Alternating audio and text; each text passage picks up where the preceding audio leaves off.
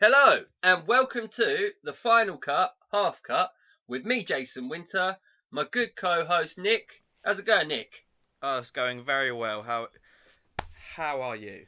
I'm all right, mate. Yeah, I'm surviving, thriving, five alive. No, whatever. I need to stop doing things just because they rhyme. That's one thing I've learned. But apart from rhyming words, I'm good. Life's treating me okay. That Yeah. sounds like you're having a sounds solid. Sounds I've decent. been doing a lot of restoration projects, mate. Been doing a lot of taking what I had and I thought it was knackered, and then sorting it out, and now I've got some nice shit again. So that's good fun. Sounds like fun. What have you been restoring? Just old Uh, shit, I've paintings. been restoring furniture and some old clothes. So I had an old pair of Levi's, hole in the groin. I know what you're thinking. But yeah, hole in the groin. Just you can't say hole in the groin without putting a smirk on your face. That's what I've learned. And I filled that hole in the groin, and now they are a perfect pair of jeans again. Uh, so yeah. There's actually a show on BBC to make it podcast relevant. There's a show, I Yeah, can't remember what it's called, but it's about restoration, and it's like the biggest show since lockdown. Like everybody watches it. I can't remember what it's bloody called, but it's actually weirdly emotional. But it's like a hit TV show last year. Do you it know can't what be I'm on that about? much. It can't be that much of a hit if neither of us know what it is. I know. Hang on, it is. It's called. I've read articles about restoration show. BBC. Yeah, it's called The Repair Shop. Have you heard of The Repair Shop? I have not, but Ah, it's got big ratings. It's big ratings. ah It's like the next Bake Off, apparently. People fix things, and it's like really like therapeutic. And then like there's always a story. They pick things like this was my granddad's teddy, and I've got leukemia, so if only my granddad's teddy was restored back to its thing, and it would comfort me for the rest of my days. So you're so, looking at so it's some the X bloody like Factor. yeah, So yeah, it's the yeah, X X Factor except Factor, with but with people's talent. uh, yeah, like nostalgia plus some sort of emotion plus old skilled craftsmanship that no longer exists in the post, like industrial world we live in, and so it makes people think, the good old days when we could sew and make shit. But yeah, it's got big Yeah, views, mate, big views. I big haven't views. even watched it, but that's relevant to what I was on about. So there you go. Yeah. So would you like to explain why we're trying so hard to kill time right now? Oh yeah, right now we are waiting on A-list celebrity, actor extraordinaire, producer, and all-round good geese, Elliot McMillan, to come on as a guest on our podcast. Hopefully for more than one episode, but we're gonna basically talk to him as an actor, as a guy that likes films, that's in films, wants to be in more films, what his influences is. Influences is? Do I know English? Do I? I don't think so.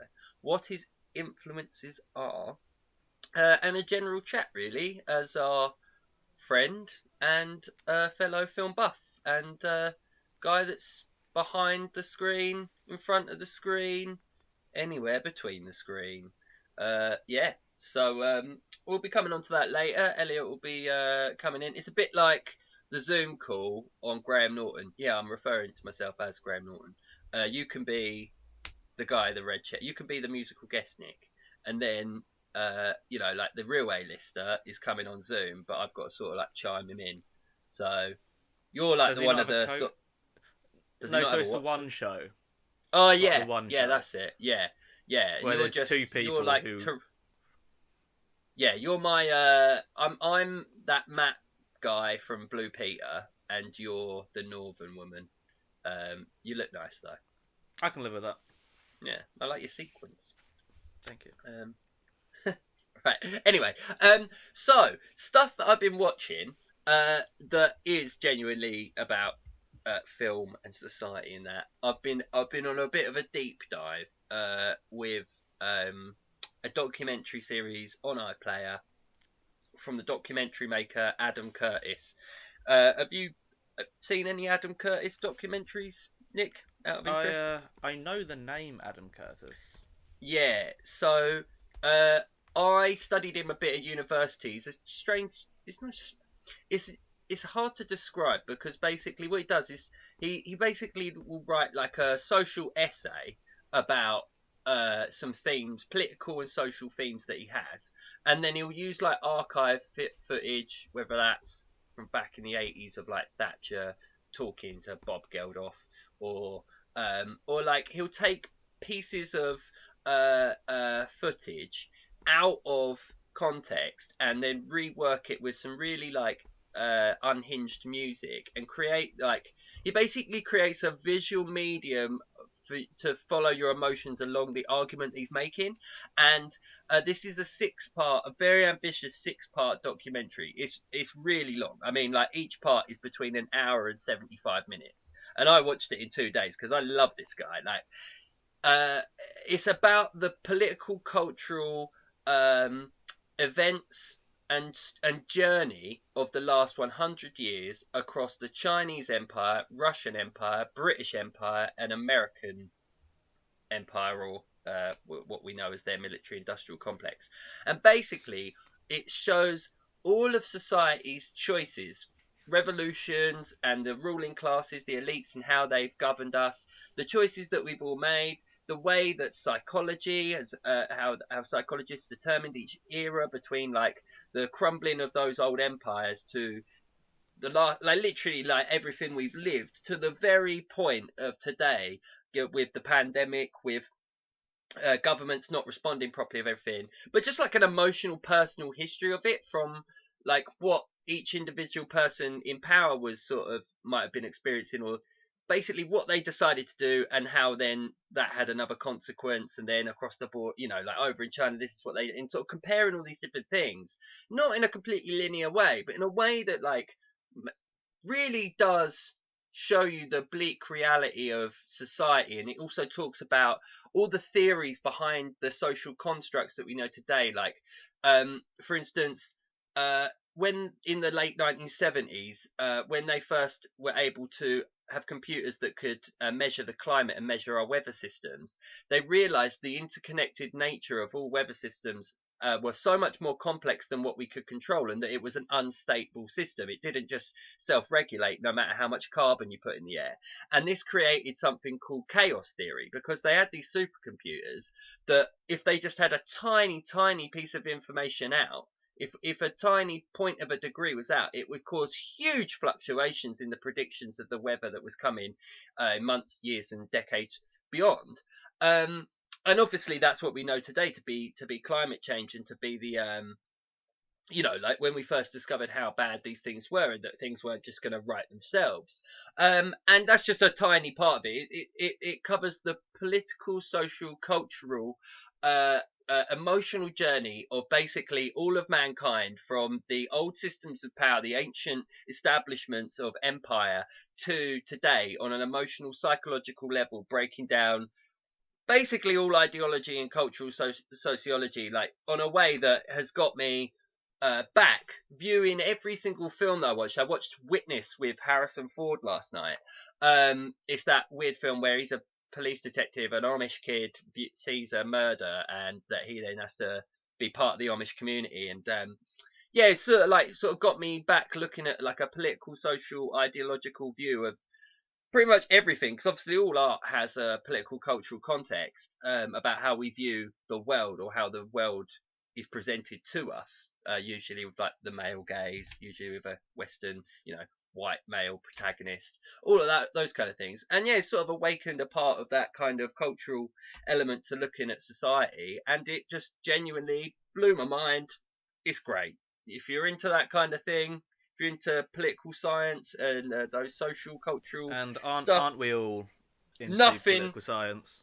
Yeah, mate, it's banging. It was awesome. I'm impassioned. So yeah, I smashed that out in 2 3 days. Apart from that, more online poker. Nice. Yeah, a good mix of gambling and social commentary. And nothing in between.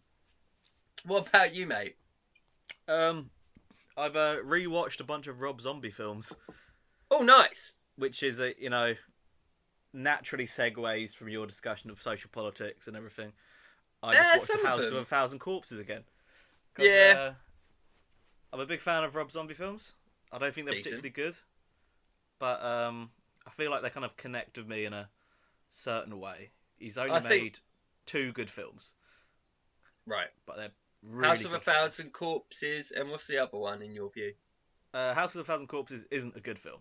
Oh right, I okay. enjoy it, but it's not a good What film. are the 2 good films? It's the Devil's Rejects, which is legitimately a great film, and Yeah. the Lords of Salem, which Ooh, are okay. very interesting, and I feel like they kind of hit the right level of goofiness.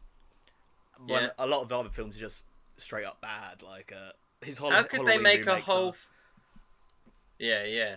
How could they make a whole film about How- that cat from Sabrina? That's weird. That's a bad Salem joke. You remember that little black cat? Sorry, that's a 90s reference. No one Okay, gets yeah. anymore. I got it. It's The just like puppet cat. I forgot I mentioned Salem. Yeah. So I was like, Yeah, that was... the Devil's Rejects. What the fuck has that got to do with it? That's a weird name for a cat. Yeah. Fair play. That's cool. I think by the power of osmosis or like technology or something, we have A-lister and actor extraordinaire, producer, and friend of ours, Elliot, there as well. Is that right, Elliot? Do we have you here? That is correct. Oi, What is oi! popping? What's happening, boys? Oh, not a lot. I'm in a pandemic, but I'm alright, mate. Other than that, everything is good. Yeah? You keeping well? Yeah, I'm doing well. This pandemic has actually been quite good for me. Yeah. My thing is either focuses the mind or you can go either one or 2 ways. I've been up and down, but like I either go full on board with something or I'm really lazy. You know what would be better right now? Go on. If I had a bottle of beer keeper beer. Yeah. We don't. I'm not like I know I. Elliot, what's beekeeper beer? Beekeeper beer is for the bees. Are you glad I asked? Yeah. But yes, boys, it's so good to be here. Thank you very much for coming. I'm a fan of the podcast. There's no need to lie. There are no fans of the podcast. The thing is, though, when I see people that I'm close to doing something creatively that they like, it fucking inspires me, man. That's it. But the thing is, we only get hate mail, and I'm the one who's sending it. Yeah. So, Yeah, we're not even fans of our own podcast. No, we persevere, and that's the point. We have a mediocre product, and we love shoving it down people's throats. That's how I treat life. What the world needs to see is visuals from you guys. We tried that. We realised that Nick's camera makes him look like he's stuck in The Omen, or like it's got a weird bluish hue. Yeah, to I it. look like I was trying really, really hard to be goth. Yeah, he looked like Which I am. Admittedly, I Yeah. am, but that was an unintentional attempt. It was So a it bit looked really Scene weird. Kid 2007. Like it was a bit, yeah. We'll try and get once this pops off when we upload it to like Spotify and iTunes, and you know we're getting the big bucks. We're getting that Joe Rogan dollar for. That's when. Jesus. Yeah. That's it. I think we're a couple of lifetimes away from that, mate. But you never know.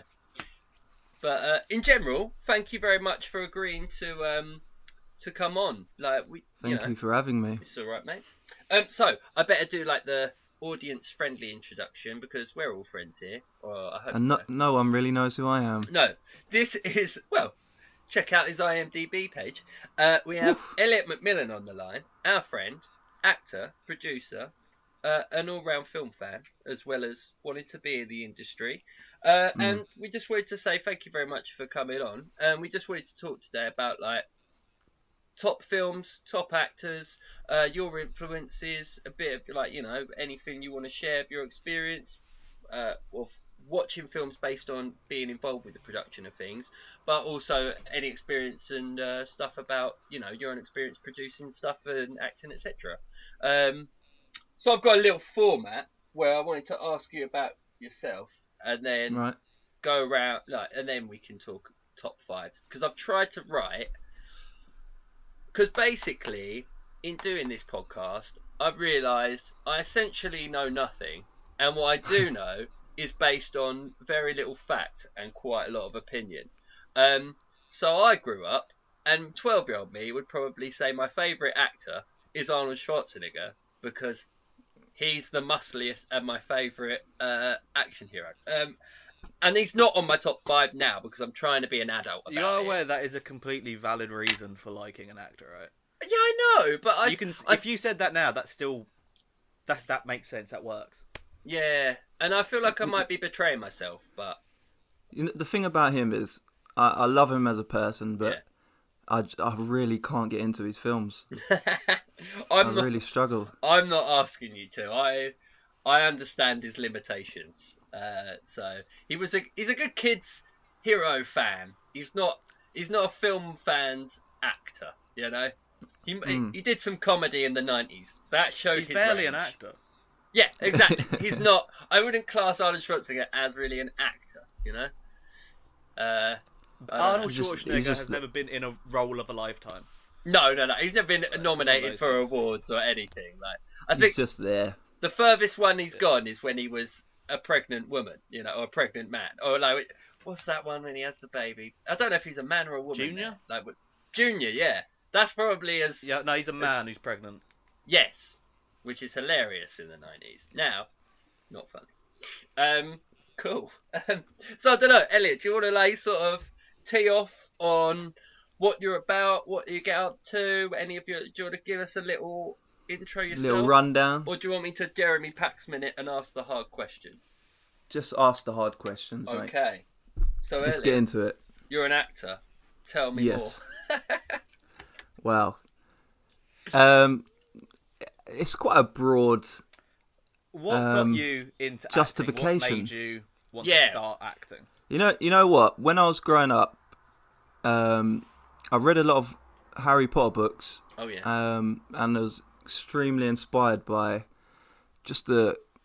I was just like, this is creatively beautiful. Like, there's a Right. whole magical world out there that I'm never going to be a part of. But when I'm reading these books, So I'm you a didn't part want of to be it. a wizard. You wanted to be an actor. I wanted to be part of the creation of that world. Okay. So I knew I didn't want to be a wizard because I knew that wasn't a thing. But I was like, yeah, I really want to be a part of creating that masterpiece. A masterpiece. Interesting. Yeah, and I watched Fresh Prince of Bel-Air. Oh yeah. Will Smith's a huge influence on me. I just thought that, like, it just looks like they're having such a good time. Fair play. My favourite was Jeffrey. I like Jeffrey. Jeffrey, he's Yeah. a legend. Jeffrey and Carlton, they were my favourite. And I quite like all the characters actually. It's hard to like anyone. Not like thing anyone in Fresh Prince. But then again, growing up, I was really shy, and I didn't have any confidence about, because I loved film industry, but I just thought I could never get into it because I'm so shy. Right. And then a lot of beer down the line turned me into quite a confident person. Did you start acting? When did you first start acting? Was it at school or in college, or what was the sort of beginning? So I did the usual school plays in primary school, nothing spectacular. Right. I did a few productions at our local Columbine Centre. Oh yeah. Yeah. Same here, mate. I was the sailor and a rat. Oh, nice. I was a So cow. I was a cow one year. We was probably in the same productions. No, I was. I gave up in year 4, mate. I was Uh, year 3. Right. This is when I lived in. Back when I lived in Hertfordshire. Peak of my career in year 3. I got to be Henry VIII. Dance with obviously like how many wives did he have? 6. 7. wow. 7. Okay. My history's terrible. Anyway, got to dance with a load of girls. Wore a beard. Wore the whole robes, and I thought I was the absolute G. That's incredible. Next year, I'm the back of a cow. I ate some grass and off I fucked. And that's when I realised that this acting game, you're only as good as your last role. It's like being a sportsman. Like you're only as good as your last game. Do you know what I mean? So, or like if you're a musician, you're only as good as your last album or last hit. So I realised at a very early age of like 6 that the game, was rigged, and it's tough out there. You've got to have people. fight in your corner. So It's a tough game. It is. I don't know how you develop the skin to be able to do that, because basically I couldn't handle the pressure. I mean, I was 6, 7 years old, but how did you sort of go? How do you have the confidence? Especially, this is a genuine question. Everybody, I think, of our generation can have like imposter syndrome, and a lot of Hmm. people can dismiss you and tell you, "Oh, what's the point?" You know, or "Yeah, you attempt to do this thing, but you know, they want to like as soon as you have a go at something, they want to knock it down." So, how do you sort of like deal with that own expectation of yourself? Like, you know, not just go, "Oh, I'm just going to be in a state of joy." Like, it's difficult coming from a small town as well, wanting to have Yeah, a big dream. So, I mean, how did you sort definitely. of deal with all of that? I feel like I've always been a dreamer. Yeah, I feel like that's my personality. Like every time I've been in a 9 to 5 job, it hasn't lasted that long. yeah. Because I know that there's something out there that I needed to do, and I found that calling, and that's acting. It took me bloody 20 years to find it, Yeah. but I finally found it. That's really cool. Well, so in terms of like the acting roles that you want to take on, you've been doing it for a couple of years now, and I've seen some of your work. But I just sort of wondered to tell the audience and stuff, whoever's listening on YouTube, thank you very much. Please like and Big subscribe. up, Yep. big up yourself. Like, you know, what kind of roles inspire you? What are your kind of influences, and what kind of stuff what kind of roles are you looking for? I mean, everybody wants to be a leading man, but I mean, genre-wise, you know, there are character actors. There are like there's several different angles you could go. So I mean, what's your take on that? I mean, I'm not too fussed about being the lead, the usual leading man. Yeah. I just like to be a part of something that I really enjoy. If I read a script and it evokes an emotion in me, then I'm fully invested. Right. That's how I choose my roles, really. Right. Not that I Right. get to choose my roles at this point in time, but in Yeah, a few but I years' time. in a few years' Yeah, time, you'll be if I choosing read a your roles. script, if it makes me smile, laugh, cry, then I know that's the Recoil. one I want to be doing. Yeah. Quiver. Yeah. So now you've got your big break on the Final Cut Half Cut. No, Damn straight. it's all you know. My phone is literally buzzing right now. I mean, we haven't even finished this thing. No, I'm joking. I can imagine. But no, I'm with you. So you've got to have that sort of, I know what you mean. You've got to have that connection to the script. Yeah. I recently, at Christmas, my girlfriend got me the Matrix script with like the whole thing. That's sick. Which looking at, because I studied like creative writing stuff, but to be honest with you, I was shit at screenwriting because the format, it just made it so jarring for me, because I've used cell text, I've tried to write scripts. I find it very difficult applying myself creatively to that format, and it was actually really refreshing, because one thing I did, or didn't do, sorry, when I was at university that I should have done, was just get a bunch of these scripts of films that I actually really liked and looked at the source material and gone, look at what's on screen and look at what's on the page. Is it the same? Because there's a creative process between those two things that you need to understand. And I genuinely sort of did myself a bit of a disservice when I was younger looking at that and not bothering to understand it. And it's quite refreshing to look at how much detail there is even in the Matrix script. When they're talking about like the bit where Neo flies backwards and does the bullet time, like it literally has like about a four line paragraph describing the actual action sequence. It doesn't just go Neo dodges bullets, like, which I would assume that's all it says. And so yeah, I've recently sort of had a look at that and found that a bit of a limitation of my own, that I, unfortunately, you can't write scripts unless you read them. And you can be a film fan, but I didn't read a lot of scripts, and I'm kind of disappointed in myself.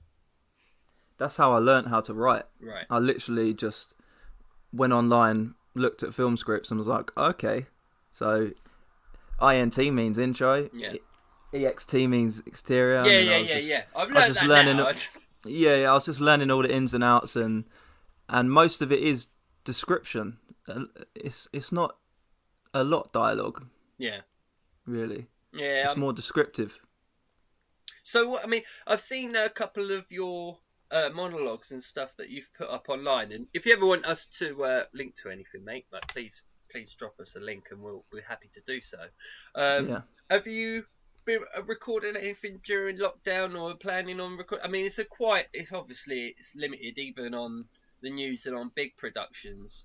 Like EastEnders is having to have arguments with like couples that are supposed to be couples, but they're still like 3 meters away. So I find it funny because it's like, is this working? I get like big game shows, like Gordon Ramsay's doing a fucking game show because all of the restaurants are shut. I was like, what is this? Gordon Ramsay's now a game show host. So where is the future of productions really going? I don't know. It's such a weird thing to see, isn't it? Yeah, yeah. So I mean, that's obviously got to affect your plans. I know it affects everyone's plans, but are you gonna try and film anything yourself in 2021? You got anything on the cards?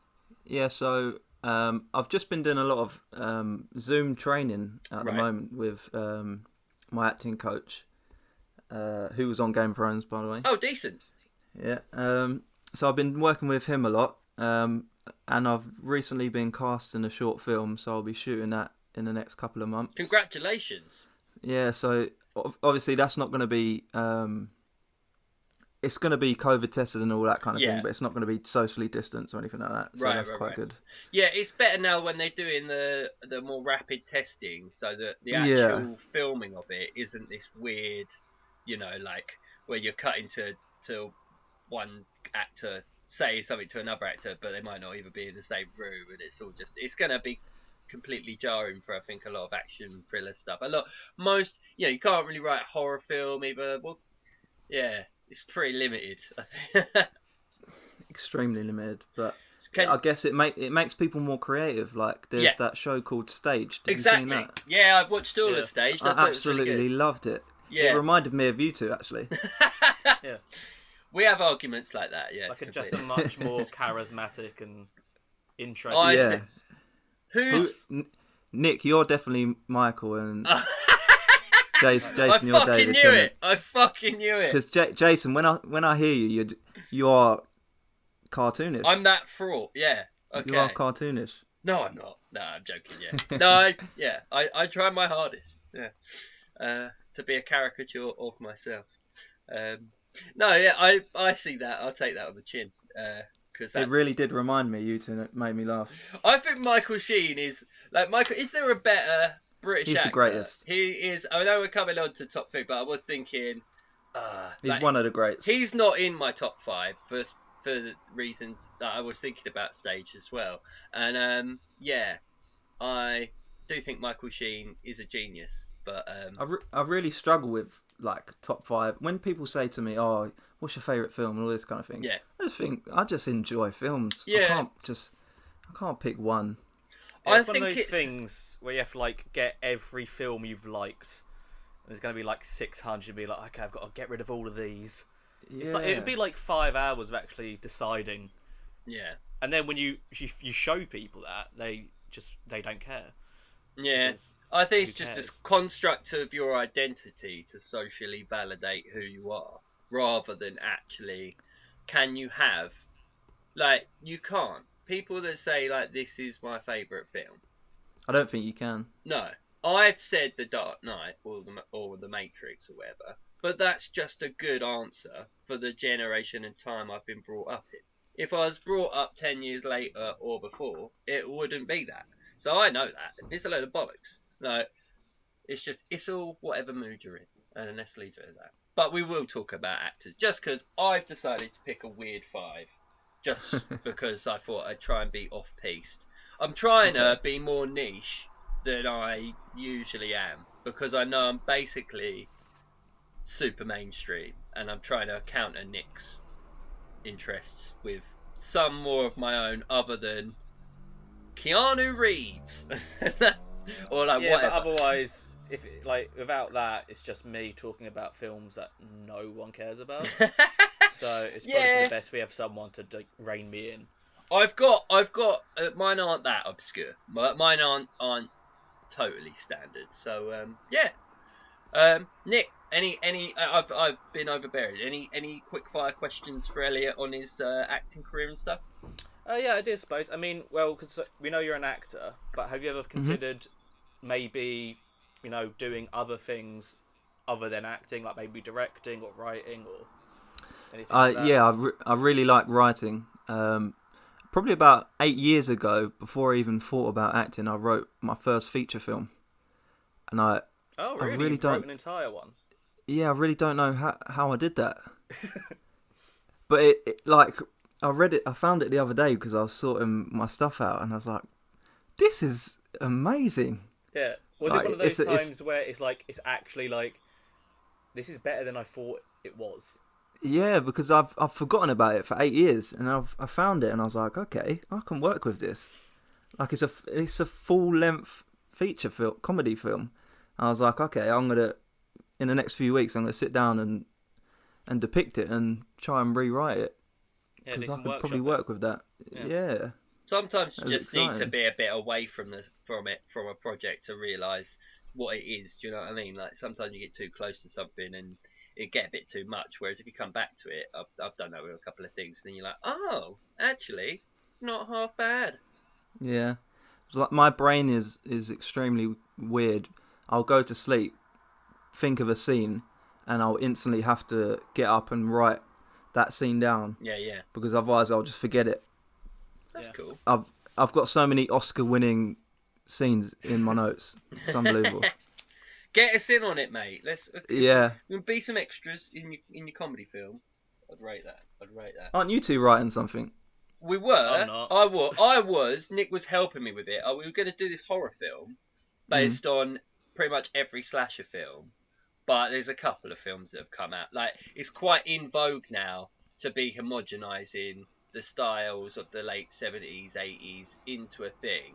And essentially, I was approaching it as someone that was discovering the horror genre for the first time, being a 30-year-old man, because I'm a pussy. When I was 12 years old, I had some like 14, 15-year-old friends here, and they were like, watch this. And I was like, ah! And I had this experience when I got the flu, and I hallucinated because my temperature went too high, and I decided to watch The Fly with fucking Jeff Goldblum, and I physically hallucinated about bloody Brundlefly. Like, it was just disgusting. And so it gave me nightmares, it traumatized me. So it's a bit like, my mum went in hospital when I was about 8, and she left me around this vegetarian woman's house. And me and my mate got up in the night. Why did you highlight the vegetarian Yeah. part? Bro, I'm making that point. Right? So we got up in the middle of the night, and we were both really hungry. So we decided to just gorge on cheese and yogurts, because that's all she had, right? No fucking roast beef in the fridge, for fuck's sake. And At the same time. at the same time, and for 10 years, I had a phobia of cheese, because I ate so much cheese that I made myself so sick on just pure cheese. So the same thing that I was like, I had a phobia about fucking Brundlefly and horror films. Previously, I didn't eat cheese until I was like 20, from the age of 6. I'm not fucking joking. Like, for some reason, 15, Wow. yeah, even to the point, you know, like when your mum buys like a cheesecake from Iceland, and like obviously cheesecake from like France has a very light form of cheese as the topping. It uses some form of real cheese. Fucking cheesecake that we eat that's out of the freezer ain't actually got any actual cheese in the cake. But even cheesecake, I was like, no! I'd be like such a weirdo about it. So are you telling me you didn't eat pizza for like 14 years? Pizza I did have by the point where I was about 13, yeah, but I wouldn't be overhammered by the cheese, yeah. So Okay, honestly, so it's not margaritas. Wild. It's not margaritas of 4 cheeses. no, To send no. you into a tizzy.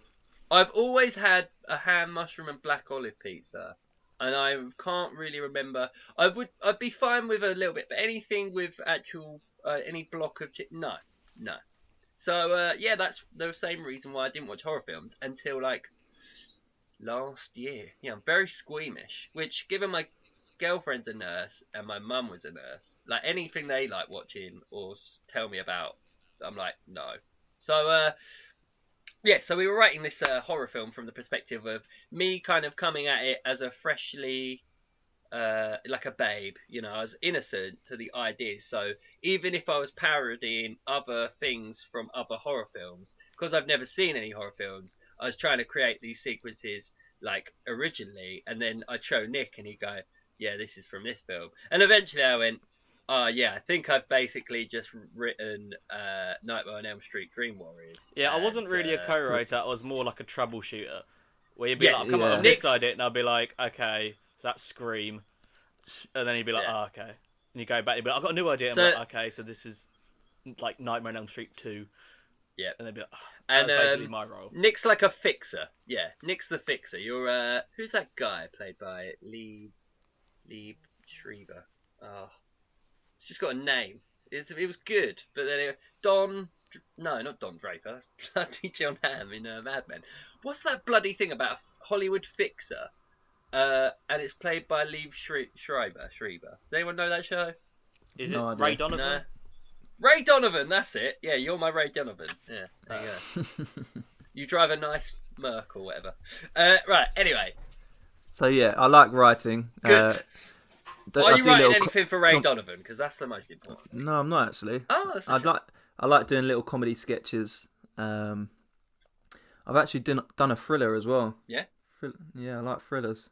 Oh, I don't mind thrillers. I like a good thriller. What was a thriller I want to watch? Oh, I want to watch that I Care a Lot with Rosamund Pike. Oh, she's incredible. She's fucking awesome, isn't she? Yeah, she's great. Mm. Is she the one that's in Gone Girl? Yeah. she's. She is. She that is. film messed me up. I decided to watch that film on my own on Christmas Eve, 2 weeks after I'd been dumped. And like, you know, when you're going through a breakup and you're questioning what they said and what it meant, or what you could trust about them, etc., and what you and your guilt and your own shame and all those like insecure feelings. And I decided, being completely home alone, late at night, like 11, 12 o'clock at night, to put Gone Girl on. That film, as an adult, that's about as close to the fly as I've got. It fucked me up. I was like, I don't know what's real anymore. That's a great film. Poor old Neil Patrick Harris as well. He just gets... Oh, that scene. Yeah, he was great in that one. He was good, yeah. But anyway, she's in this thing called I Care a Lot, and it's about, she plays this like ruthless woman that goes and scams all these old people, but then she comes across this woman that comes from a nefarious background who knows about her scams and is a match for her, and it's like a dark comedy thriller, and it looks really good. So yeah, that's a relevant one. Just keeping it locked. Throwing it out there. Yeah. Cool. I don't know if I've derailed that conversation about your writing too much, but I did want to segue into top actors, if that's okay. Let's go for it. Let's go for it. Nick, any other hot fire questions before I move on to the next topic? No, I'm good. And if I did have any, I'd word them poorly. So You're all good, mate. You're all sweet. You've got a beautiful vernacular. So I wanted to ask first off, just in general. I know you said you can't really. I mean, give us a feel for your top movies and influences, Elliot. Obviously, my basic bitch answers of like The Dark Knight and The Matrix are basically what any 30-year-old white guy from Britain or America are going to say. So I fully accept. You don't have to have an answer. You can just like be like, if thrillers are your thing and you haven't got any specifics because you like everything, that is fine as well. There's no wrong answer here. This is your safe place. Yeah, I'm pretty bland. Like if something entertains me, then I'm a fan. Right. So like in the first 10 minutes, if I feel some sort of emotion, I'm fully into it. Right. Like as I've been studying acting, I watched On the Waterfront with Marlon Brando. Right. Absolutely. Wait, which film with Marlon Brando? On the Waterfront. Oh, Absolutely love that film. okay.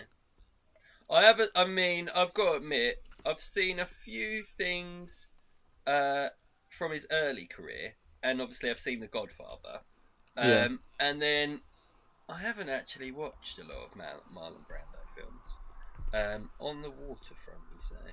Segueing to Marlon Brando, he is one of my favourite actors. That's a good answer. That's a very good answer. Yeah. Thank you very much. That's a respectable shout. Yeah, that is a good answer.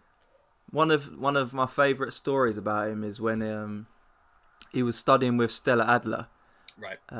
And she basically said to the class to act like chickens, and there's a gigantic bomb coming and it's going to destroy the world. And the whole class pretended to be chickens and were just going mental, plucking around, going crazy, and he just sat there still and silent and Stella asked him why he did that, and he said, "Well, I'm a chicken. I don't know what's going to happen." I was like, that's just the greatest thing I've ever heard. Yeah, he was cool. And then he did. I've read some pretty mad stuff. I read some mad article about the end at the end of his life, and he was doing this. There was something to do with he rented this giant warehouse, and it was like in the 70s, like he was trying to be friends with Andy Warhol and stuff, and he had this like masterclass that he was charging like hundreds, like loads of money, and he'd gone pretty crazy by this point because he was obviously really old by then, and even like Michael Jackson came by, and there was just like this account of this. I'm not doing the story justice, but there's some story about Marlon Brando's masterclass at the end of his life where he lost his marbles a bit, and yeah, he just had this random group of like artists and rich people paying horrendous amounts of money, and it just descended into chaos. And it's like this famous anecdote by one of the actors that paid to do it, and like just documents this whole couple of weeks of this whole thing. And it's the strangest thing I've ever read. I read it years ago. I should have done my research to be able to tell you that properly, but yeah, he's done some mad shit in his life. Yeah, he was out there. Like, he was out there in the Island of Dr. Moreau with Val Kilmer. Like, they had to do all the advertising on a certain look because he refused to not wear a hat and stuff like that. And he just constantly like go off and stuff like that. It's like in The Godfather, the first scene where he's like stroking that cat. That wasn't in the script. He just picked up a cat and was like, "I'm doing it with this cat. You guys don't tell me what to do." So also with the he put I'm not sure what he put in his mouth. He put something in his mouth to make him it was like cotton sound or different. Yeah, some like cotton buds or yeah, something. Yeah. And they were like, "What are you doing?" He was like, I'm just making my character." Yeah. That was a terrible impression of Marlon Brando. See, that's why we try and avoid doing impressions because, especially on like through like software, like recording it's very difficult to do it not in person. Like, exactly. At best, it sounds. Yeah. So. I've been doing a Sylvester Stallone impression for 42 minutes. Oh, here we go. Yeah, no, I'm joking. Do you guys know about the? So this might be quite controversial because I don't know if you've read up about this, but a couple of years ago, Quincy Jones did an interview where he just dished the dirt on a bunch of massive celebrities. So Quincy Jones is now in his 80s, and he came out with some outrageous claims from back in the day, right? So apparently, he said, and the widow of Richard Pryor said this as well, that Richard Pryor and Marlon Brando had an affair. They were lovers in the 1970s. The black comedian of a generation that inspired Eddie Murphy, Chris Rock, everyone, like laid the foundation. And Marlon Brando, the man's man, actor's actor, genius, apparently had a secret love affair because, and I quote, drugs were still good and it was the 70s. How fucking mental is that? I have actually heard that. Yeah. He had a lot going on, bless him. Yeah. You know, it's just real attracts real, don't it? Yeah. Quincy Jones first made the allegation in a wide-ranging interview with the New York Magazine whilst talking about Brando's sexual habits. He'd fuck anything. Anything. He'd fuck a mailbox. James Borwood, Richard Pryor, Marvin Gaye, the producer said. Pryor's widow, Jennifer Lee Pryor, later corroborated Jones's comments, telling TMZ that the comedian, who was openly bisexual, would be cracking up about his relationship with Brando being made public. It was the 70s. Drugs were still good, especially Quaaludes. If you did enough cocaine, you'd fuck a radiator and send it flowers in the morning. So there you go. That's a crazy interview. Yeah. I mean, Quincy Jones is out there. He can basically say what he wants now. I mean, back in them days, a lot of shit was happening. Exactly. I don't know what was going on. Wild. That blew my mind when I read that. I was like, what? Like, but yeah, you don't like people's public image, and obviously the bohemian lives of Hollywood A-listers back then was very different. I wonder who did loads of drugs and stuff that was like the most, like nice kid-friendly actor. I don't know. Who knows? I'm sending it off the rails again with those crazy comments. That's fine. Apart from Marlon Brando, we live off the rails. It's fine.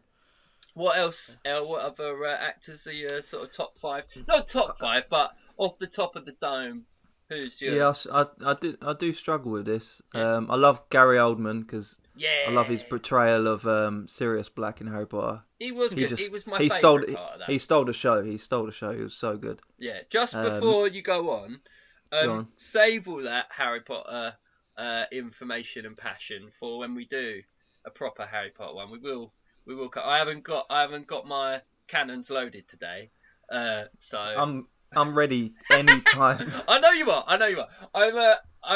We'll dedicate a proper podcast. The not next one after we'll do Harry Potter. But I liked Sirius Black and I like Gary Oldman that was the highlight of the series and the franchise for me. Yeah. Meryl Streep is an icon. Yeah, She's good. She's the absolute don of female actors. And one of the most, I don't know if he's underrated, but he should be decorated as one of the greatest, is Jamie Foxx. Yeah. I think he's absolutely phenomenal. I mean, yeah, in Ray he was great. I do think that, like, when he's talking about his hustle on Graham Norton, he always seems to come, like, he always seems to exude this genuine passion and genuine hustle for the game, be it music or acting, that I genuinely, as an entrepreneur, admire. Like, when he's talking about, he was just trying to hang around Jay-Z and Kanye West to try and get on songs, and, like, he was like, oh, you're, like, looking for singers? Oh, what, you're like this, and he does, like, a little, like, thing, and Kanye's like, yeah, that kind of work. Like, he really did try. He had to graft to get into the industry and, like, prove himself. Do you know what I mean? Yeah, I'm fully a fan of that. Yeah, I respect him. Like, you know, I liked him in Baby Driver a lot. I thought he was really good in Baby Driver, but I liked everyone in Baby Driver. Wait, you like an Edgar Will Wright Smith. film? Yeah, I did like Baby Driver a lot. I don't mind. Like, I said that I don't like Hot Fuzz, didn't I? Yeah, and Shaun of the Dead, you said. Yeah, but I think, and I've thought on this, I don't dislike those films. I dislike the people that like those films that tell me to watch those films at school. I just don't like being told what to watch or what to do. That's fair. Yeah. Sorry, Elliot. I always do this. I'm like, hang on. Mate, we're friends. I'm used to this. Yeah. Many times that you've talked over me, but it's fine. We move. As I was saying, yeah, Will Smith, huge inspiration. Right. He's incredible. Daniel Kaluuya. Yeah. He's on my list. Yeah. Oh, you guys have nicked a couple of the fucking best ones. What a fucking guy. I'd love to work with that man. Yeah, he is. Also, like... incredible. With him, I feel like because... Did you ever watch Skins? I didn't, yeah. but he wrote some of it, didn't he? Yeah, and because I think he was Posh Kenneth in the thing. And so I kind of watched him, like, develop. I think it was in a Black Mirror episode. And I was like, oh, shit, it's my guy. And then I saw him in Get Out, and I was like, oh, my God, it's my guy. And then he started getting loads of stuff. Yeah. I loved him in... he was in Johnny English as well. Oh, yeah. Yeah. I'm not sure what Johnny English it is, but he was so funny in it. I haven't seen Johnny English, I'm afraid. If Johnny he's English? in it... No, I don't know why. Are you even English, generally? Are you against Rowan Atkinson?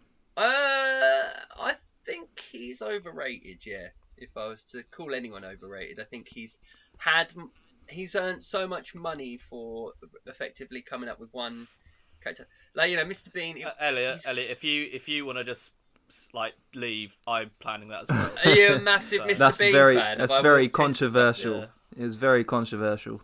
Why?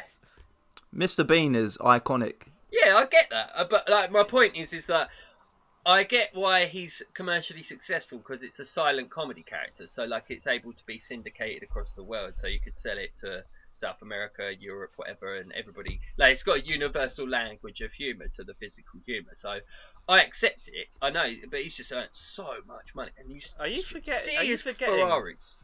Are you forgetting that Blackadder exists? Blackadder. Yeah, I know that, but I mean, like, he did that. He did what? Not the 9 o'clock news and stuff. I rate him as a comedy actor.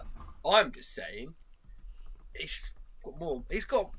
have you seen some of the models he's dated? Like, I'm just saying, like, I don't dislike Rowan Atkinson. I resent him because I am not him. That's what I mean. He was also Zazu in Lion King. Oh yeah. I mean, you can't get any better than that. All right, yeah, no, for Zazu, yeah, okay, I'll backtrack that. Yeah, he has one of the finest collections of Ferraris in the world, I believe. He collects a lot of Ferraris. He has some rarer Ferraris than Chris Evans, but Chris Evans will only buy Ferraris in white. So Chris Evans has a showroom in his mansion, and it's just all white with all white Ferraris and a white ivory piano. Yeah, that's weird. I know. That sounds borderline racist. Yeah, no, I didn't want to say it. Yeah. No, he just won't buy a Ferrari I in only any buy other colour. cars that are white. Yeah. Like, that sounds like a psychopath. Yeah, all white everything. Yeah, but he interestingly, he didn't have a career like Chris Evans didn't make his money, have all that money from being a radio host or whatever. He got paid a couple million when he was big on Big Breakfast. Just a side note about Chris Evans for some fucking reason. Oh, that Chris Evans. Yeah. I thought he was talking about Captain America. No, that's what Captain I thought you were talking about. Captain America Chris Evans is a decent bloke. I've got a bit to say about him as well. So Chris Evans, the radio host from the 90s, invested in XFM or Radio something, one of the ones, and it made like 55 million quid, and he just got loads of money from like just putting a couple of quid into some venture, and it made fucking shitloads of money at the right time. Chris Evans, Captain America Chris Evans, I like because he had a relationship when he was like in his 20s. It kind of went wrong, right?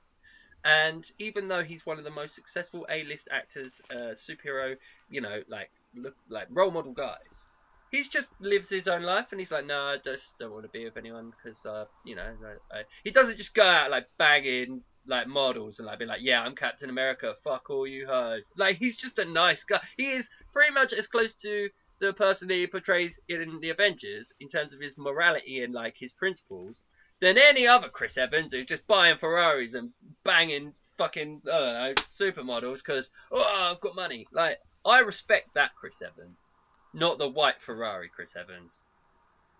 So, yeah. Are you with me? Yeah, I was going to say, radio Chris Evans, seems in general to be a bit like a tosser. Yeah. So So I brought it back. So that's the whole reason why he was the host of Top Gear, is just because he owns loads of Ferraris. And I was like, you're shit. I like how me and Elliot both go for actor, and your default. Our Chris Evans default is actor Chris Evans. Your default Chris Evans is radio presenter Chris Evans, who no one talks about. He didn't even come into my mind. Yeah. It was like, and you're like, I'm talking about Chris Evans. Everyone's Chris Evans. Radio I was like, presenter. surely Captain America didn't do that. Yes. No, of course not. I'm just qualified. Like, that guy annoyed me, but not to be confused with Captain America, Chris Evans. Yeah. Do you know what? Are either of you watching WandaVision? Oh my god, I love it. Yeah, I like it now. End. Yeah. Nick, come on. No, because I like to watch it all at once. So I'm waiting for Oh, okay, right, okay. yeah. I was about to start swinging. No.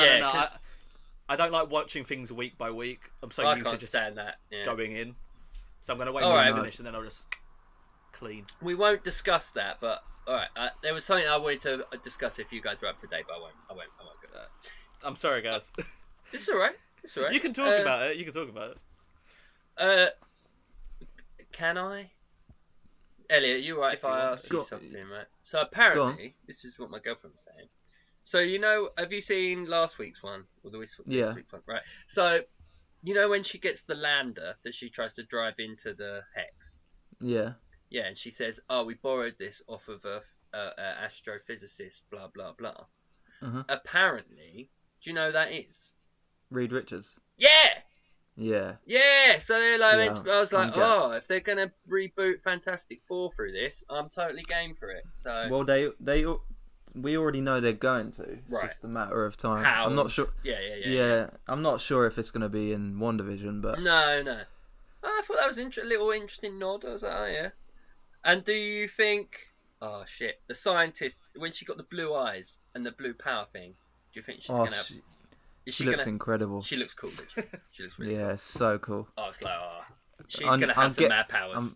I'm fully getting my nerd on. Yeah. She looks sick. Yeah, and she's quite attractive. Anyway, cool. So, right, hang on. we've steamrolled for about 20 minutes through kind of like the official topic of what your kind of favourite actors are. We've got Marlon Brando. We've had the Don of all female acting of all time. Hang on, come on. Meryl Streep. Meryl Streep. Michael Kaluuya. Who else did you say? Daniel Kaluuya. Daniel Kaluuya. Sorry. Jesus Christ. Who's Michael Kaluuya? I don't know. You tell me, Nick. I'm still thinking about like a brand of like liqueur coffee or something. Yeah, Kahlua is. Yeah. Yes. Yeah. It's disgusting. Yeah. I'm still thinking about Chris Evans. So Jamie Foxx was one of them. Jamie Foxx. Yeah, to be fair, Jamie. Will Foxx. Smith. Yeah. Famed actor Michael Kaluuya. Yeah. Yeah. What a hero. Viola Davis. I follow her on Instagram. She's pretty incredible. She's probably, apart from Meryl Streep, probably the best actress in the world, I think. Oh, apart from the one that I've got written down. But I'll come on to that in a moment. What I wanted to ask you guys. Yeah. Who would you want to play you in a movie? Who's that guy who played Mini-Me? He died. Vernon Troy. Didn't Vernon Troy die? What a hero. I think he died. Yeah, I think so. Yeah. What? Yeah. Rest in peace. Oh, rest in peace, Vernon Troy. Oh, man. So Nick, you're saying you want Vernon Troy to play you in a film? He died 2 years ago. Well, here's the thing. My life isn't going to be particularly interesting or funny. Yeah? So let's just have a visual gag. I think you're quite funny. I know, but my life isn't. My life isn't fun. My life's very uninteresting. So just hit him with a visual gag. Yeah. Get like one Bryan laugh. Cranston. Bryan Cranston can play your. He's quite good. That is a great shout. Yeah. Why not? Grow his hair out, wear some cooler shit or whatever. Are you up for that, Nick? Would that be okay? Or I feel like he's too, like, good. You in 25 years. See where you're going to end up. I feel like if he ever did pick that role, his careers took a massive downturn. Yeah. His career's just finished. Yeah, Depends. he's like, I'll do anything. Just give me a role. I just want to play Nicholas. Yes. I just want to do it. He has that. He sort of like reminds me, like, talk about Bryan Cranston. Like, there's a sort of. You have actors that have like been big forever, yeah. Like Leonardo DiCaprio, yeah. He's since he started. Yeah, he was like 7 years old or whatever. I can't remember what, but starred he was a in Critters 3, and then took off, and was eating Gilbert Grape. Yeah, that's his actual big role.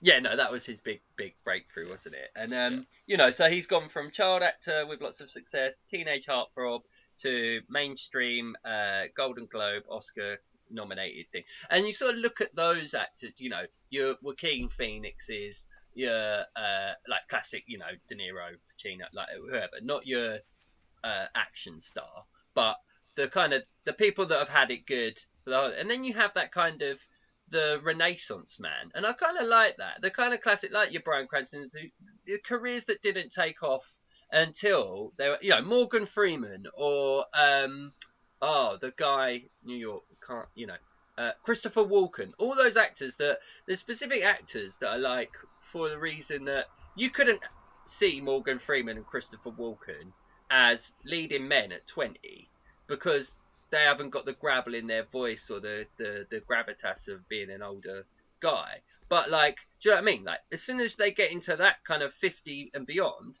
like, the world's their oyster. Yeah, so there's a sort of difference there. But I didn't know if you wanted to go in on your sort of favourites, Nick, before I've got my random ones. Yeah, sure. I couldn't really do top 5. Because hang on. Who would I have me play as in a movie? Danny DeVito. There you go. Because I'd want to be taller than Nick, but like, do you know what I mean? But funnier. So he could be Mini-Me, and I'd be Danny DeVito, towering above you. He's dead. Well, Peter Dinklage. Oh, boom, Peter Dinklage. Peter Dinklage. Oh, good shot. Who plays? Oh, come on, Warwick Davis. Warwick Davis. I'll be played by Warwick Davis. Warwick Davis is one of the most unappreciated actors I've ever seen. I want to see that. This guy's in Star Wars franchise, Harry Potter franchise. He's living his life. True. He's a game show host as well now. Yeah. He's killing it. What's that film that he made where it's about him saving an Ewok and it was like a side project for Leprechaun? Star Wars? No. It's an official Star Wars film. I feel like we're just doing. This should be not a actors podcast, but now it's just turned into a midgets podcast. But it's just no, it's not a midget. I feel like it's it was bullying midgets. Like, there's Yeah. a big I feel like it was difference. bound. It was bound to happen. You did start it, Nick. You picked Yeah, the I know. smallest one out of I did. the lot as well. I've tried to normalise this into like, I'm the shortest man here as well. I'm 5'8" in real life. The rest of you two are over 6 foot. So on behalf of all short people, I'm living. Yeah, on behalf of all midgets, short people, leprechauns, Ewoks, whatever, like, I'm on your side, right? When I said Danny DeVito, I meant it. I wasn't being facetious because I am one of you. Okay, I own miniature things, to make them, the right size for my hands. Whereas these two giants over here with their sarcasm. Sorry, YouTube. That's all I'm going to say. What is that film? Warwick Davis. Film. Willow, that's it. Willow, yeah, and it's about him like saving an Ewok in it. Have you seen it, Nick? I don't think it's an Ewok, considering it's nothing to do with Star Wars. I'm pretty sure it is. Or have I don't made think that it up? is. No, wait.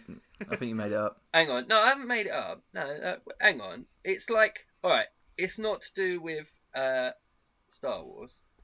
American Dark Fantasy, directed by Ron Howard. It was produced by George Lucas, right, okay. It stars Warwick Davis, plays Willow, a reluctant farmer who plays a critical role in protecting a baby from a tyrannical queen who has to destroy her and take over the world. No, it's got fuck all to do with Star Wars, but Yeah, it I was was gonna produced by Lucasfilm, yeah. For how much? Oh, right, okay. And that weird duck one, yeah, that was crazy. Right, Nick, what are your things? Not Warwick Davis. Is Warwick Davis not on your list? No, he's not on my list. You bring him up, so anti-short person list of actors there. So again, these in no particular order. These are basically guys who entertain me. Yeah. So in terms of like entertainment value, I think Nick Cage has to be on my list. Yeah, I was because the amount of entertainment his shit films have given me, and some of his good ones. I can't Oh my feel god, like shit! Yeah, shit films. Shit films are amazing. Amazing. For the crazy for money, like the amount of footage there is out there of Nicolas Cage just going mad. Like there's you got a lot. If you just you got a lot. It gives there. you so much material. His back catalogue is heavy with wackiness. I feel like every movie he's made is directed by Tommy Wiseau. Yeah. He just amazes me. Nice. Yeah. Oh, Tommy Wiseau should be on it because he's actually one of my favourite actors as of entertainment. I did not hit her. I did not. Oh, hi, Mark. I did think film. Basically doing like bad actors that are so good, like they're so out there that they may be bad, but you can still have them as a favourite. I was going to put that guy as well. But, I've got a list on top of my head of really bad but really enjoyable films that I love. All the sci-fi films. Well, we can get through this in like 5 minutes and just hit that because that's what I'm about. Yeah, go on, Nick. What are your top? What are your top? I've got Nick Cage. I've got Sam Rockwell, probably one of my favourite actors at the moment. He's underrated. He's incredible. Yeah, he's great. Yeah. He's always entertaining, even in films that aren't particularly good. He always kind of like, I like watching him. I've got John Goodman. He always has layers to him. Yeah. Oh yeah. Yeah. John Goodman, because he gives me like a That proper Uncle dad Buck vibe. Who? Yeah, the Uncle Buck guy, right? I'm not thinking of someone else. He might be. I don't know who Uncle Buck is. No, wait, no. John Goodman's in Cloverfield Lane. Monsters Inc. He plays Sully in Monsters Inc. Oh yeah. But he's I'm not. Kronk in I'm thinking of John. Groove. I'm thinking of John Candy. Sorry, everyone. Yeah. Yeah. Jeffrey Combs, but that's purely because I like a lot of his films, like Reanimator and Castle Freak. And in terms of just being in films that aren't necessarily that good, but he makes them really good, Denzel Washington. Yes. Because I feel like Training Day, Man on Fire, Book of Eli. These films aren't American great. Gangster. American Gangster. American Gangster is different because I say that's actually a good film. But I feel like Training Day and Man on Fire, the film, they're okay, but Denzel Washington's performance makes those films classic. He holds them together, yeah. Training Day without Denzel's performance would be shit. It'd be average. It'd be a 5 or 6 star. Yeah. It's like Man on Fire is made by Denzel Washington. If that was just some other guy, it wouldn't be what it is. So Denzel Washington's I'm a big fan of his work. Yeah. And I don't like Ethan Hawke. No one likes Ethan Hawke. No one likes Ethan Hawke. Ethan Hawke doesn't like Ethan Hawke. Yeah. He's who's the guy that does the E adverts? Kevin Bacon. He's a poor man's Kevin Bacon. That's what he is. I think Kevin Bacon is a poor man's Kevin Bacon. I know he is. Yeah, like, and then you've got. I love Kevin Bacon. Ethan Hawke. Yeah, it's He's like the greatest, isn't he? He's so good. Actually, fuck it. Get rid of John Goodman, but Kevin Bacon.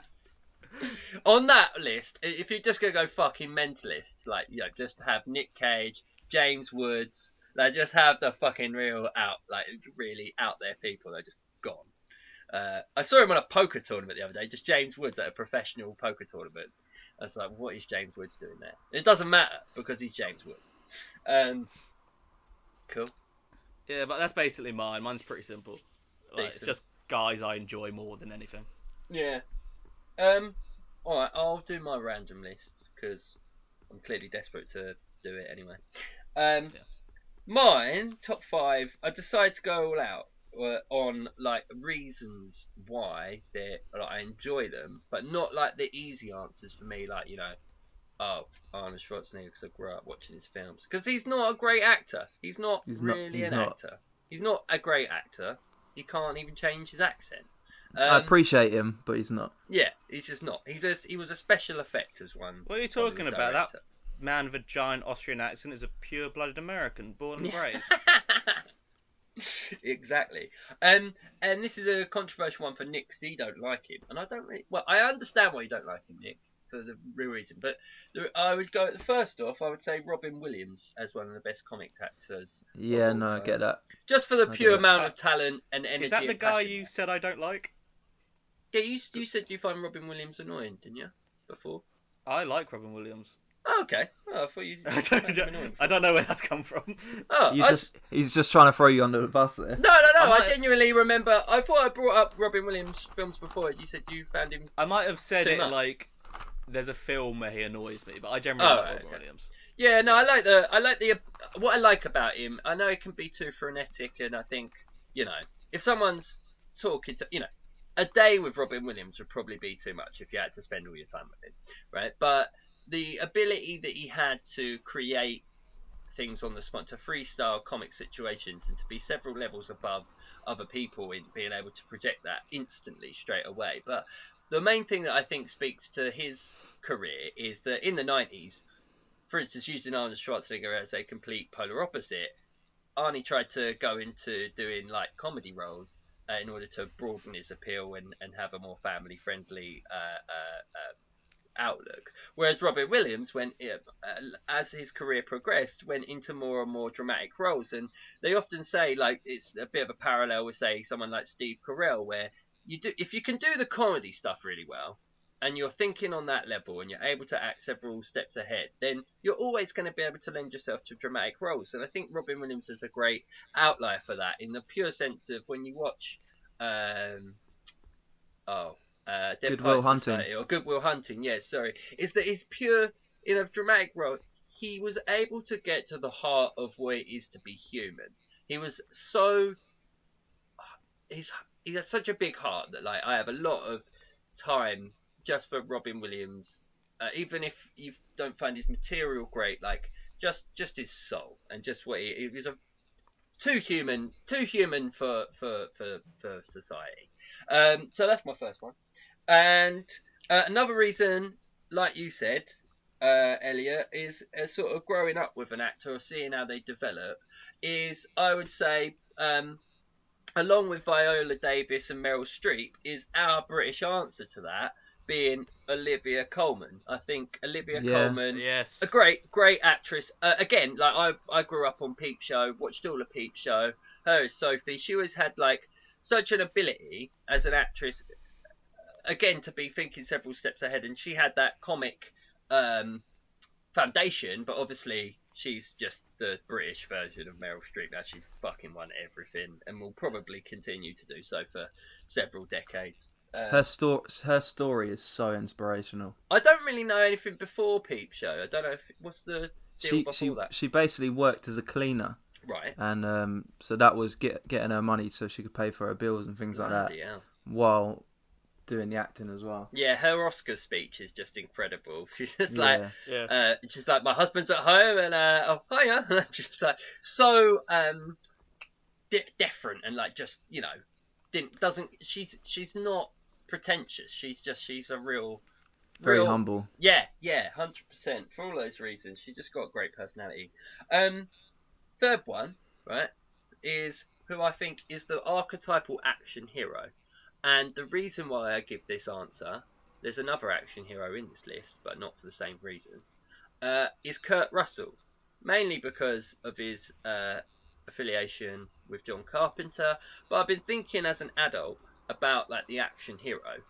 Arnie, Jean-Claude Van Damme, Sylvester Stallone, all of them, even Chuck Norris, Bruce Lee, like they've all either got extremely good martial arts or have massive physiques or something about them ostensibly that is physical that they had to exert in order to be the hero. Whereas I find Kurt Russell is a genuine everyman, but he's just a cool guy that doesn't take any shit. And for some reason, I would just say the 80s action star, unsurprisingly, like 12-year-old me hates me for saying this because I prefer Arnold Schwarzenegger. Like, I'm like, get down. I get it, yeah. But I'm just saying, Kurt Russell as my adult action star fan, he gets it. So there you are. He gets it, does he? Yeah. Anyone? Nick, you argue with me on that? I mean, I wouldn't call any of his films particularly, because with Arnold and everyone like that, it's like a lot of like martial arts sort of stuff. Because like I wouldn't say he's been in many action films generally. That like compared to them. No. So it's like it's a different genre of action. They're not. Yeah, he's like he's the star in like a film big. Like he wasn't like purely in like vehicle movies where it's just Kurt Russell versus like. So I get that, and that's partly why I like it. Is that it's more one piece.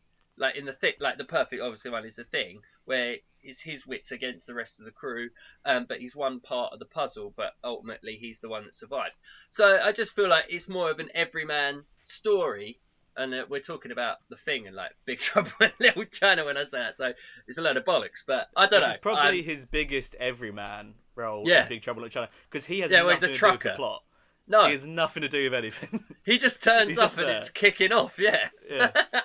Yeah, and so for that reason, I like Kurt Russell. He just happens to be in the place at that time. And I'm like, the character of Kurt Russell in John Carpenter films could have been in all of those things, just living this crazy life. And that's my imaginary context for Kurt Russell's career. Is like that's how it goes. Next one is Richard Pryor, the lover of Marlon Brando. So me and Love you, it. Elliot. Yeah, Love it. I like Richard Pryor, obviously, like just on the basis of his, again, like I'm a bit skewed with comedy and all of that, but obviously, like his stand-up was groundbreaking, but he actually broke down a lot of social, racial, and cultural barriers with his partnership with Gene Wilder. I don't think you can really talk about Richard Pryor's acting career without Gene Wilder, because they made 4 films together.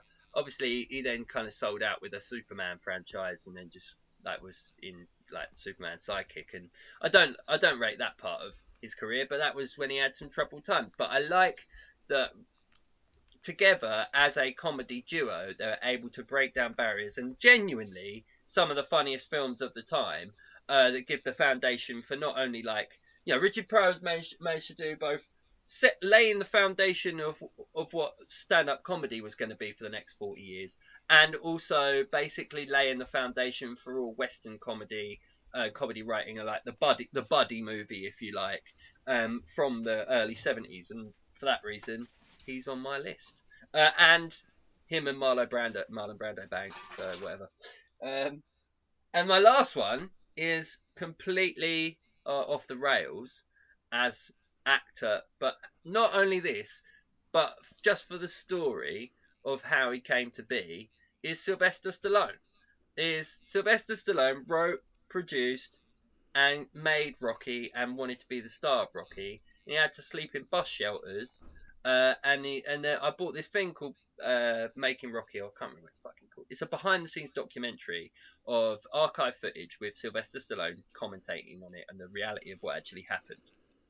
And I don't know if you guys know, but the story is Sylvester Stallone wrote a script about a boxer, chances trying to become heavyweight champion, but he was down and out, never making it. Anyway, he took it to Universal Artists, I think it was, and they offered him like 200 grand. They were like, yeah, we'll take it. And he's like, yeah, great, I want to be Rocky. And they were like, no. So they gave him like a measly sum when he renegotiated it. Like I say, he was homeless for a period of time. And at the end of this documentary of the making of Rocky, it comes up, and someone that gets inspired by, wanting to do creative things or be entrepreneurial, it says, at the time, Sylvester Stallone had $104 in his bank account and not enough money and food to feed his dog Bubkiss. That year, in 1978, Rocky was the highest grossing film of the year, grossing $226 million. And he won the Oscar for it. So if people forget that Rocky's an Oscar-winning film, and it was the highest grossing film in the world that year, and to go from nothing to being prepared to sleep in a bus shelter and be homeless, and to have the amount of conviction and ambition to stand by yourself and say, no, I'm the man, and I will do whatever it takes to make this project happen, and for it to become an iconic success, one of the most iconic film franchises of all time. As an actor and as a force of nature, he didn't have 7 Mr. Olympias like Arnold did. He wasn't a world champion kickboxer like Jean-Claude Van Damme. He wasn't any good at comedy, and he was kind of scrawny, actually. Sylvester Stallone isn't that big. So, for all of that, he's going in the list as well.